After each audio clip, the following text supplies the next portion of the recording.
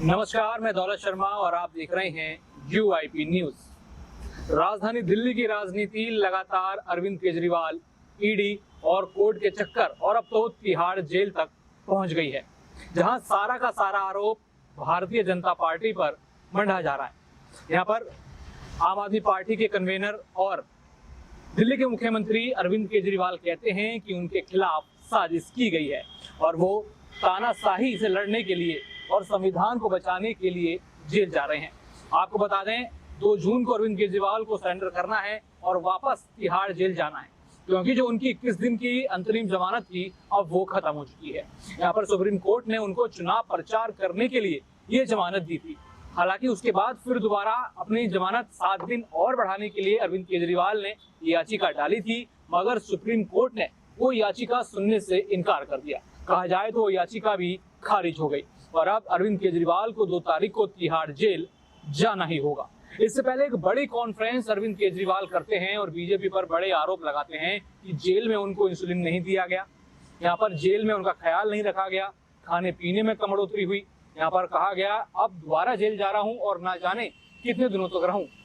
लेकिन देश की जनता को तानाशाही से बचाने के लिए जितनी बार जेल जाना पड़े, मैं और मेरी पार्टी के लोग जेल जाएंगे।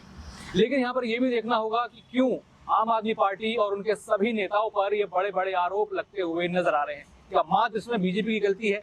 क्या मात्र यहाँ पर प्रधानमंत्री नरेंद्र मोदी तानाशाही बढ़ाने के लिए सिर्फ आम आदमी पार्टी और अरविंद केजरीवाल के ऊपर लगातार मुकदमे बढ़ा रहे हैं?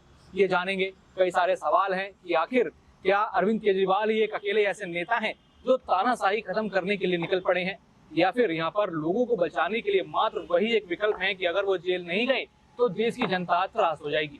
हमारे साथ हमारे साथी आंसू हैं, उनसे सवाल करेंगे कि क्या देश में तानाशाही इस समय है जो अरविंद केजरीवाल ये कंफर्म कहते हैं कि तानाशाही है और उससे लड़ने के लिए मेरे को जेल जाना पड़ेगा, मेरी पार्टी के लोगों को जेल जाना पड़ेगा।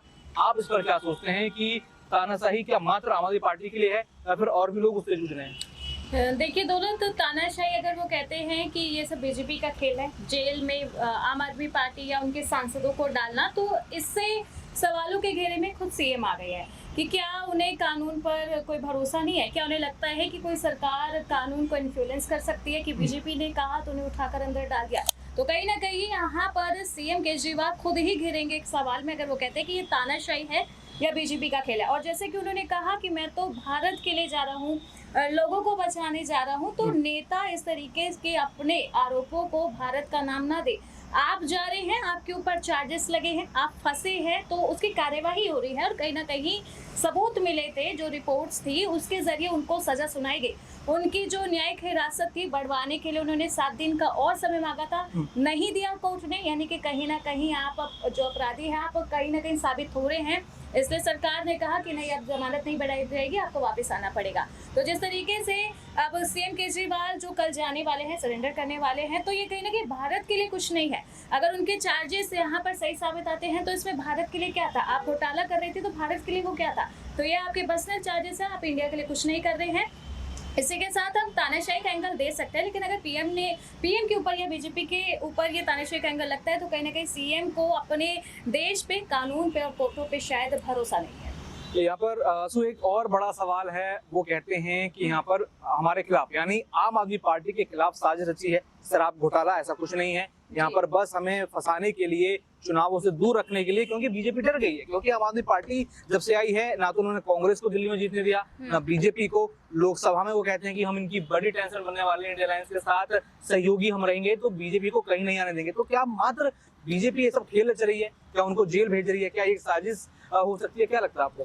जी, जिस तरीके से आम आदमी पार्टी ने कहा कि बीजेपी की साजिश है, दिल्ली में पानी की किल्लत है, इसको लिए भी बीजेपी को ही जो है यहाँ पर पूरा इल्जाम उस पर थोपा गया है कि जो यहाँ पर हरियाणा की बीजेपी है उसने पानी रोक दिया है, यमुना को डिवाइड किया है, इसलिए यहाँ पर पानी की किल्लत हो रही है। यानी कि डरी हुई बीजेपी नहीं, डरी हुई आम आदमी पार्टी है, जो हर किसी अपनी गलती का जिम्मा जो है, ठीकरा जो है बीजेपी के सर फोड़ रही है। सांसद गिरफ्तार हो रहे हैं तो बीजेपी को बोल रहे हैं, पानी नहीं है तो बीजेपी को, बिजली नहीं है तो बीजेपी को। आपका राज्य था, आपकी भी चीजें थी, आपकी भी कंट्रोल थी, कैसे बीजेपी यहाँ पर इन्फ्लुएंस कर सकती है? तो यहाँ पर ये आम आदमी पार्टी का कहना कि बीजेपी हमसे डर रही है, बिल्कुल गलत है, क्योंकि डर आप रहे हैं, इसलिए आप उस पार्टी पर जो है सारे इल्जाम थोप रहे हैं। यहाँ अरविंद केजरीवाल जेल से बाहर आते हैं जी। और कहते हैं कि चुनाव प्रचार करूंगा तो बीजेपी की जमीन यहाँ पर हिल जाएगी। तो क्या आपको लगता है कि पूरे देश का छोड़िए, क्या दिल्ली में ही क्या आम आदमी पार्टी बीजेपी की जमीन हिला सकती है? क्या 7 सीटों में से जितने सीटों पर वो लड़ रहे हैं क्या वो उसमें से जीत सकते हैं? क्या बीजेपी को बड़ा नुकसान है अरविंद केजरीवाल के जेल से बाहर आने से? हालांकि वो कल फिर दोबारा जेल जा रहे हैं, तो क्या ये 21 दिन क्या बीजेपी को भारी पड़ेंगे? जी, कह सकते हैं, क्योंकि जिस तरीके से ओपिनियन पोल्स आ रहे हैं, एग्जिट पोल सामने आ रहे हैं, दिल्ली की 7 सीटें हैं और ऐसे में लग रहा है कि इस बार बीजेपी 7 तो नहीं लेकिन 5 पे टिक सकती है और 2 जो है इंडिया अलायंस के खाते में जा सकते हैं। तो यानी कि बीजेपी को 2 सीटों का नुकसान होगा। जिस तरीके से केजरीवाल फिर से अंतिम जमानत पर आए, ये कहीं ना कहीं आम आदमी के लिए एक प्रॉफिट है। लेकिन बहुत और भी मुद्दे हैं, जैसे पानी के लिए इस समय दिल्ली तरस रहा है। दिल्ली में पानी की कभी कमी नहीं हुई, लेकिन जहां पर फ्री पानी, फ्री बिजली की बातें कही गई, वहां पर लोगों को इतनी किल्लत उठानी पड़ रही है। तो यहाँ पर कहीं ना कहीं जमीन जो बीजेपी की खिसकाने की बात की थी, खिसकी केजरीवाल की भी है, आम आदमी पार्टी की भी खिसकी है। और जिस तरीके से बात की गई कि बीजेपी की जमीन खिसक सकती है, उनके वापस आने से प्रॉफिट है, क्योंकि ओपिनियन पोल साफ कह रहे हैं कि बीजेपी के 7 नहीं, सिर्फ 5 सीटें हैं और 2 जो है वो इंडियन अलायंस के खाते में जाएंगी। यहाँ पे एक आखिरी सवाल करेंगे। 2 महत्वपूर्ण नेता यहाँ पर आम आदमी पार्टी के, सत्येंद्र जैन, मनीष सिसोदिया, वो संजय तो बाहर हैं लेकिन मनीष सिसोदिया अभी भी यहाँ पर जेल में है। तो क्या मनीष सिसोदिया का जेल में होना, या फिर क्या मनीष सिसोदिया को भी यहाँ पर राहत मिल सकती है, या फिर आम आदमी पार्टी खुद मनीष सिसोदिया को भूल चुकी है? जी, आम आदमी पार्टी नहीं भूली, क्योंकि किसे बाहर भेजना है ये कोर्ट का फैसला होगा। लेकिन अगर मनीष सिसोदिया, जिस तरीके से आपका सवाल था कि अगर बाहर आते तो क्या ज्यादा फायदा मिलता, तो बिल्कुल मिलता, क्योंकि दुनिया के बीच में, क्योंकि मनीष सिसोदिया एक जर्नलिस्ट रह चुके हैं, वो जमीनी हकीकत से जुड़े हुए हैं, लोगों के साथ उनका एक पर्सनल कनेक्शन है, वो नेता बन के कभी किसी से नहीं मिलते। तो अगर वो यहाँ पर उतरते, हाँ, फिर बीजेपी का जो खाता है वो 0 होता, आम आदमी पार्टी, इंडिया अलायंस सारी 7 सीटों पर दिखती। लेकिन अब बता दें कि मनीष सिसोदिया को रोकने में कहीं ना कहीं बीजेपी का रोल है, क्योंकि अगर वो बाहर आ जाते तो बीजेपी का पूरा खेल खराब हो सकता था। सीएम केजरीवाल भी आए, कल वापस चले जाएंगे, वो उतना खेल नहीं कर पाए बीजेपी का खराब जितना कि मनीष सिसोदिया कर सकते थे। लेकिन यहाँ पर अगर आम आदमी पार्टी का जो दूसरा सवाल था आपका कि क्या आम आदमी पार्टी उसे भूल गई है, तो ऐसा नहीं है, आम आदमी पार्टी नहीं भूली है।